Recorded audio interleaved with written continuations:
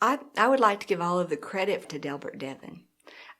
He was just very, very open to working with what might have been termed as tree huggers or the pacifist hippies. You know, he was open to whatever.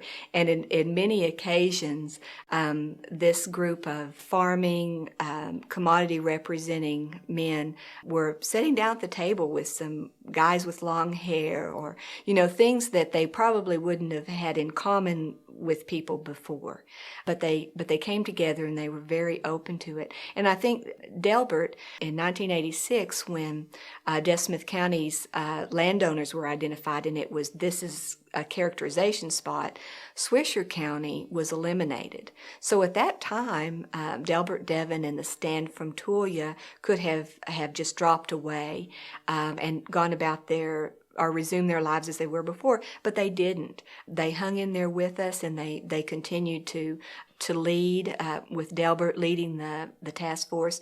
He was our director and drove to the office that had been donated by the corn growers. He drove to Dimmitt every day and manned that office and made sure that all the phone calls were answered and so forth. So I really think that it was with his strong leadership. But I also think that the issue itself, because the group of people in this area that were identified as affected and their land was marked, that I think that it wasn't something that they were used to. You know, I don't think that they were used to causing a political stink or having to be very involved. I have mused since about how odd the circumstance was in that day in 1986 whenever I called them up and said, you know, the Department of Energy has targeted your property and let's get together and talk about it. And this is who I am. And they all just said yes. You know, I was in my mid-20s.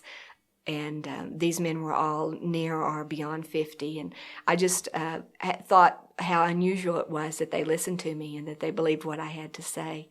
But we very quickly formed a coalition. And not a one of them said, I want to sell. I'm done.